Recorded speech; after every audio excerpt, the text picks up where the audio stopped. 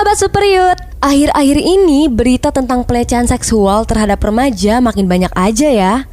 Bayangin aja, berdasarkan catatan Kementerian Pemberdayaan Perempuan dan Perlindungan Anak atau Kemen PPPA menyebut bahwa jumlah pengaduan kasus kekerasan terhadap anak selama tahun 2023 tercatat naik 3 kali lipat dari tahun 2022.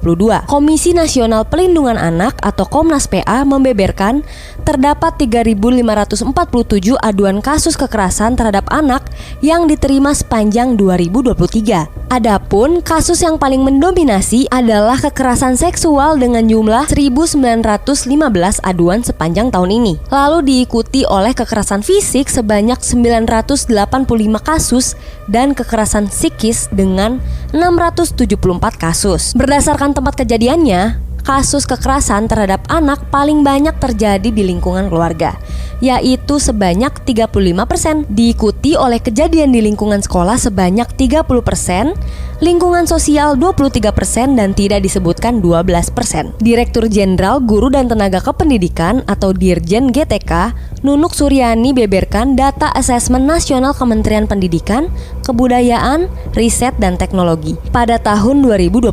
Hasilnya ditemukan sebanyak 34,51% siswa berpotensi alami kekerasan seksual, 26,9% alami hukuman fisik, dan 36,31% alami perundungan. Sebagian besar seseorang yang pernah mengalami kejadian tersebut, baik secara langsung maupun tidak langsung, mengaku mengalami trauma yang cukup berdampak setelahnya loh. Mereka akan selalu dibayang-bayangi oleh kejadian tersebut. Bahkan, beberapa dari mereka mengaku menjadi takut saat akan berpergian seorang diri, apalagi setelah mengalami kejadian itu. Selain trauma dari pelecehan dan penyerangan itu sendiri, ternyata para korban kekerasan seksual berisiko lebih besar terkena masalah kesehatan yang serius, termasuk depresi, PTSD atau Post Traumatic Stress Disorder, tekanan darah tinggi, kecemasan, penyakit ginjal, aneurisma, diabetes, dan banyak penyakit serius lainnya. Menurut sebuah penelitian yang diterbitkan dalam Journal of American Medical Association pada Oktober 2018, sekitar 60% orang yang mengalami kekerasan seksual memiliki masalah tidur, dan 95% menunjukkan gejala depresi dan kecemasan klinis. Bahkan bisa sampai perilaku menyakiti diri atau self-harm dan mencoba melakukan upaya bunuh diri.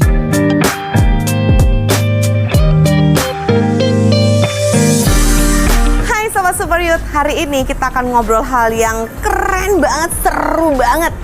Yuk, ikutin ya, karena Kak Jovita mau ngomong tentang hal yang penting banget buat kalian. Come on!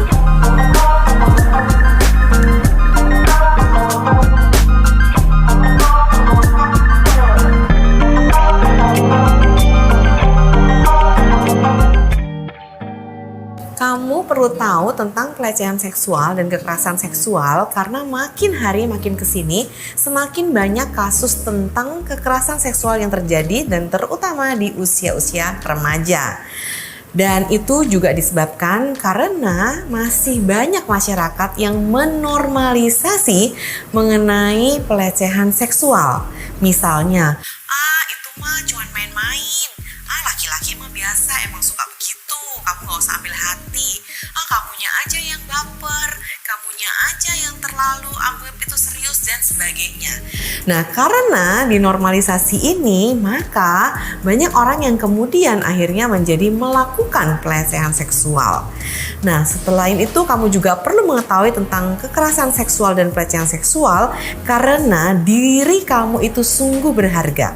Kamu harus menjaga kesucian kamu, menjaga juga harga diri kamu, dan karena kamu berharga, maka kamu harus tahu bentuk-bentuk pelecehan dan kekerasan seksual itu apa aja sih, sehingga kamu bisa menjaga diri kamu, dan kalau misalnya itu mulai terjadi pada diri kamu, kamu sudah bisa ambil tegas tindakan yang serius.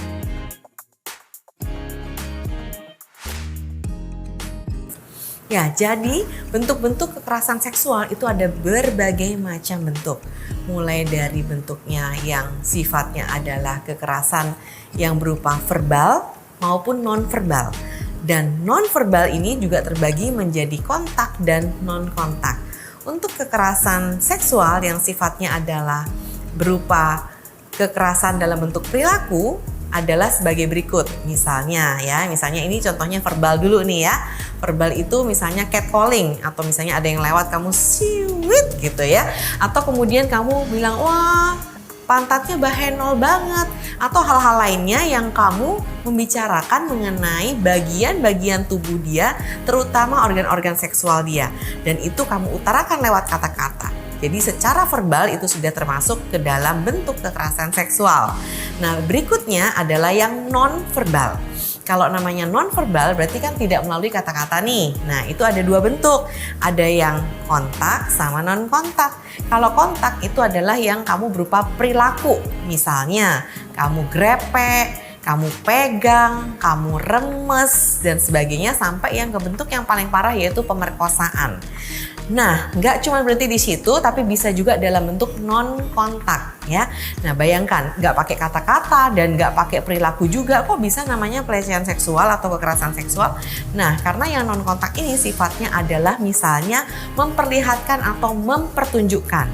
Pada saat contohnya kamu sedang menyeberangi jembatan penyeberangan jalan, tiba-tiba ada orang nih yang berpapasan dengan kamu dan kemudian dia melorotin celana dia dan dia memperlihatkan organ intimnya atau organ seksualnya kepada kamu. Itu termasuk juga dalam kekerasan seksual. Atau ada teman yang membagikan video bernuansa unsur seksual ke handphone kamu dan kamu terpaksa melihatnya. Nah, itu juga termasuk kekerasan seksual. Karena dia memaksa kamu untuk melihat. Nah, ini adalah bentuk-bentuk kekerasan seksual. Jadi kamu sudah tahu kan apa aja bentuknya. Biasa yang lebih banyak terjadi korban adalah cewek. Karena biasa cewek dianggap sebagai figur yang lemah, figur yang masih lebih bisa untuk bercandain, dan merasa bahwa cewek ini akan normalisasi dari si kaum pria bahwa tenang aja, dia mah nggak bakal lapor, dia mah nggak bakal berani, apalagi diancam-ancam sedikit dan sebagainya. Itulah kenapa yang terjadi lebih kepada kebanyakan korbannya adalah cewek. Dan dari data nih bahwa untuk pada saat perlakuan dari kekerasan tersebut itu justru terbanyak dari data terjadi di siang hari. Jadi bukan di malam hari. Pertama di siang hari, angka kedua tertinggi di sore hari, ketiga di malam hari, baru yang keempat di pagi hari. Dan juga dari data yang ada, justru terjadi kebanyakan di ranah publik atau umum. Jadi bukan di tempat sepi. Di tempat sepi memang ada, tapi terbanyak di publik. Kenapa? Karena di publik ini lebih banyak potensi terjadinya. Misalnya di halte, di dalam bus. Nah, itu kan kalau orang mau colek-colek, orang mau grepe-grepe, pegang-pegang, itu kan lebih gampang. Gitu. Makanya kenapa datanya paling banyak terjadi itu justru di siang hari dan di ranah umum. Dan kalau dari usia nih ya, mungkin kamu akan kaget nih. Kamu akan mengira bahwa kebanyakan mungkin terjadi pada saat anak-anak itu masih SMP, SMA atau remaja. Tapi dari data ini rentang usianya sangat panjang. Bahkan untuk usia termuda yang pernah mengalami kekerasan seksual adalah di bayi usia 2 minggu. Dan untuk yang tertua adalah di nenek-nenek usia 70 tahun. Dan kalau kamu mau melihat bahwa mungkin pakaiannya kali yang mini dan sebagainya, dia yang mengundang sih dengan pakaiannya, itu nggak bisa juga. Karena dari data mengatakan bahwa justru nomor 1 korban yang mengalami kekerasan seksual terbanyak itu justru yang berpakaian tertutup. Misalnya pakai seragam, pakai kemudian jaket, pakai lengan panjang, pakai celana panjang. Nah, itu justru yang menempati posisi tertinggi untuk korban dari kekerasan seksual. Nah, dari data ini bisa kita simpulkan apa? Kita simpulkan bahwa stop untuk menyalahkan si korban. Karena korban nggak pernah salah dalam kekerasan seksual. Yang bersalah itu adalah pelakunya. Jadi, memang yang harus diberikan konsekuensi adalah pelakunya. Baik itu konsekuensi skala hukum maupun konsekuensi secara sosial. Kalau kamu mengalami kekerasan seksual di tengah keramaian, maka hal yang bisa kamu lakukan adalah kamu segera menyingkir dari situ. Kamu bisa berlari menghindari tempat tersebut atau bahkan kamu langsung meminta tolong pada orang yang ada di situ. Dan bisa kamu juga menggunakan kerumunan yang ada untuk membantu kamu. Misalnya kamu bisa berteriak tolong dan sebagainya. Atau kamu bisa langsung ke petugas yang ada di sana. Intinya segeralah menjauh dari tempat itu. Dan kalau memang pada saat di situ kamu memang tidak memungkinkan untuk lari, kamu bisa menampakkan perilaku ataupun mimik bahwa kamu tidak menyukai hal ini. Dan yang terpenting, kamu segera mencari pertolongan yang sebisa mungkin yang kamu bisa lakukan pada saat itu.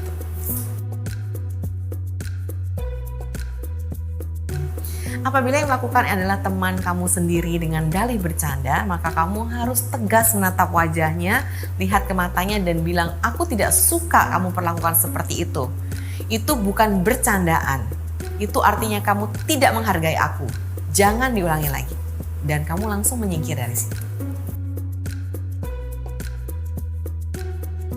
Pada saat kamu harus mengatakan ini kepada orang tua, maka yang pertama kali harus kamu persiapkan adalah keberanian kamu.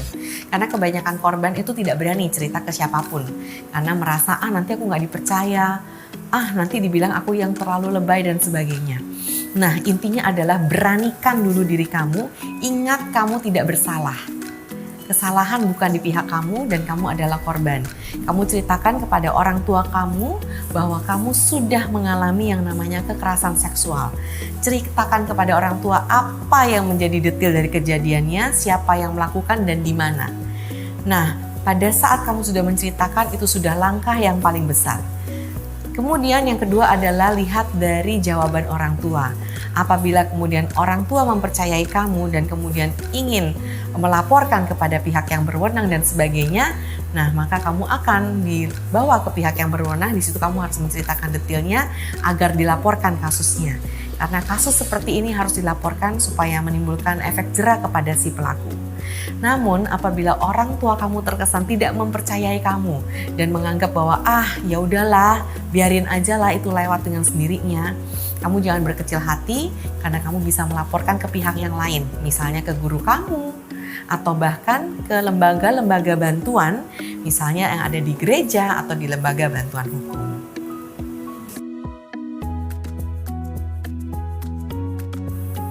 Kalau kamu melihat bahwa teman-teman kamu di sekitar kamu ada yang satu, seringkali bercanda atau ngobrol atau berbicara dengan nuansa-nuansa seksual, nah itu kamu sudah harus mulai hati-hati. Karena berarti orang ini adalah orang yang suka menjadikan seksualitas sebagai bahan bercandaan. Maka dari awal kamu harus tegas menyikapinya.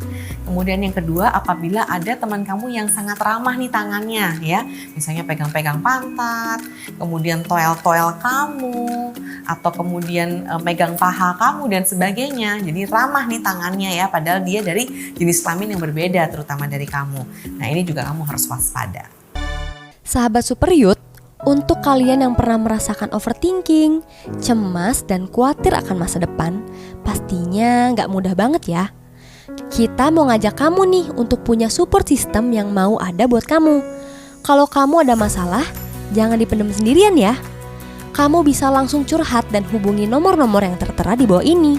Karena ada program Super Youth dan layanan konseling CBN yang mau jadi sahabat untuk kamu.